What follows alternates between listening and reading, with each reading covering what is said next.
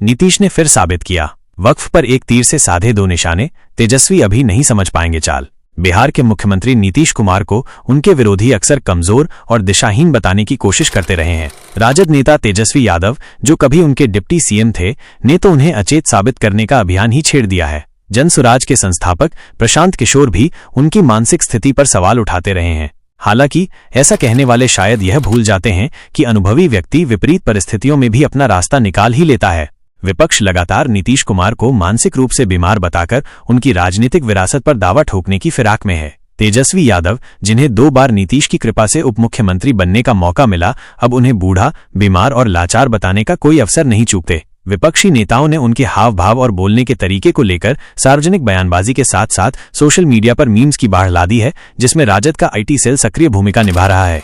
राजद के एमएलसी सुनील कुमार सिंह ने तो नीतीश की तस्वीरों के साथ घिबली आर्ट से बने स्केच सोशल मीडिया पर साझा किए हैं। वक्फ बोर्ड संशोधन बिल के पारित होने के बाद विपक्ष के हमले और तेज हो गए हैं। जेल मीडिया अपनी नींद में चले गए समर्थन के कारण विपक्ष को नीतीश को मुस्लिम विरोधी साबित करने का एक सुनहरा अवसर मिल गया है। सुनील कुमार सिंह ने एक स्केच साझा करते हुए कटाक्ष किया कि नीतीश उनके जितने बड़े शुभचिंतक दिखते हैं, उससे कहीं बड़े शुभचिंतक वो खुद हैं। उन्होंने वक्फ बिल पर जेडीयू के समर्थन को नीतीश की डूबती हुई पार्टी का असली चेहरा बताया और आरोप लगाया कि नीतीश ने दिखा दिया कि उनके पेट में ही नहीं, पीठ पर भी दांत हैं। उन्होंने नीतीश को मानसिक रूप से बीमार भी कहा, हालांकि सीधे उनका नाम नहीं लिया, लेकिन तस्वीर सब कुछ स्पष्ट कर रही थी।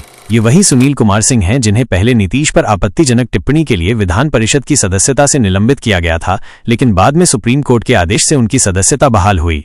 हालांकि सवाल यह है कि क्या वास्तव में नीतीश वैसे ही हैं जैसा विपक्ष चित्रित कर रहा है? वक्फ के मुद्दे पर नीतीश की चुप्पी ने विपक्ष के हौसले को बढ़ाया होगा। जेडीयू के कुछ छोटे नेताओं ने शायद इसी वजह से नीतीश को दोषी मानकर आनन फानन में इस्तीफे भी सौंप दिए। ऐसे में नीतीश के लिए कुछ करना आवश्यक हो गया था। शनिवार को उन्होंने जेडीयू के कुछ प्रमुख मुस्लिम नेताओं को आगे कर दिया।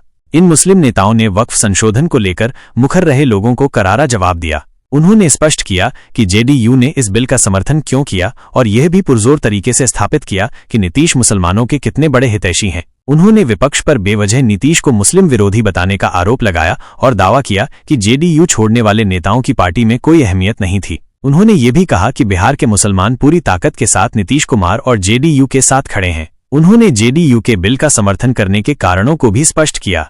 राष्ट्रीय स्तर के इस महत्वपूर्ण मुद्दे पर नीतीश की चुप्पी ने भ्रम की स्थिति पैदा कर दी थी। वैसे भी संवेदनशील मुद्दों पर तुरंत प्रतिक्रिया न देना उनकी पुरानी आदत रही है। जहरीली शराब से मौतों या मिड डे मील से बच्चों की मौत के मामलों में भी उन्होंने जांच के नतीजे आने तक चुप्पी साधे रखी थी। हालांकि उन्होंने कार्रवाई करने में कभी कोताही नहीं बरती। गोपालगंज जहरीली शराब कांड और सारण मिड डे मील मामले में दोषियों को सजा भी मिल चुकी है। बड़ी चतुराई से नीतीश ने वक्फ मुद्दे पर अपने बड़े सहयोगी भाजपा के साथ संबंधों को भी बनाए रखा और अपनी सभी आपत्तियां भी मनवा लीं। जेडीयू के बड़े मुस्लिम नेताओं ने शनिवार को वक्फ के मुद्दे पर विपक्ष के हमलों का जोरदार खंडन किया। मीडिया के सामने उन्होंने स्पष्ट किया कि वक्फ बिल पर जेडीयू के समर्थन की मुख्य वजहें क्या थीं। जेडीयू ने इस मुद्दे पर बनी संयुक्त संसदीय समिति जेपीसी को 5 आपत्तियां दर्ज कराई थीं, जिन्हें बिल में शामिल कर लिया गया। इसके बाद बिल का विरोध करने का कोई औचित्य ही नहीं रह गया था। उधर तेजस्वी यादव अब भी इस मुद्दे से राजनीतिक लाभ लेने की उम्मीद लगाए बैठे हैं। उन्होंने आह्वान किया है कि सरकार बनने पर इस कानून को कूड़ेदान में फेंक दिया जाएगा। उन्होंने ये भी याद दिलाया कि राजद ने पहले भी एनआरसी और सीएए जैसे मुद्दों पर विधानसभा में प्रस्ताव लाकर विरोध दर्ज कराया था।